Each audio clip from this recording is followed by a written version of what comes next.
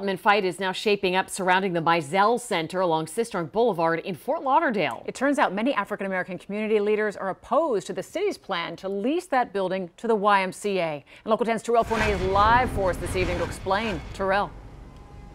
Well, this fight is taking center stage here at the Fort Lauderdale City Hall. A commission meeting is set to begin at 6 p.m. A second and final vote is slated on this idea, and if it moves forward, that plan would soon come to life. But there is an opposition here who believes that if this plan does move forward, it will essentially welcome developers to this historic black neighborhood and wipe away that community.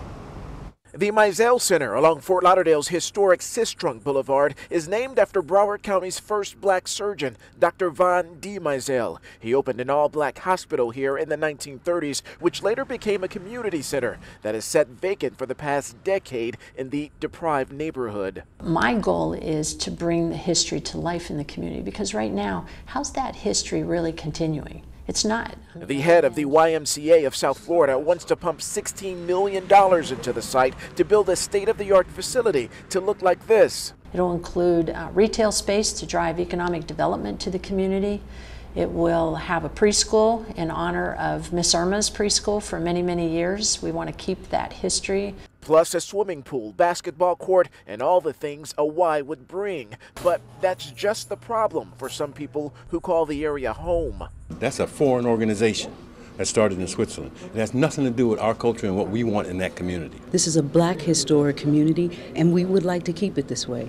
We want to see it economically brought back to the way that it used to be a long time ago. The Y, which has maintained a facility 2 blocks away from Sistrunk for the past 75 years, acknowledges that this revitalization plan is a sensitive issue. We have tremendous respect for these families in the community. It is not against the Y, it is against the outside entity. This is the first fight against the gentrification that's trying to take place on Sistrunk and the community coming back.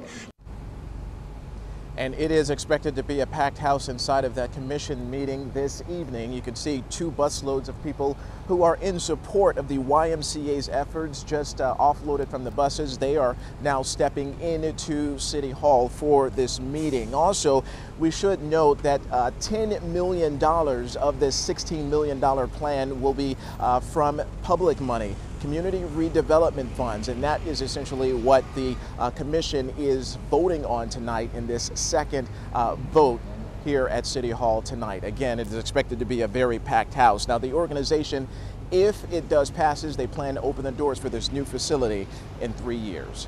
We are live in Fort Lauderdale. I'm Terrell Fournette, Local 10 News.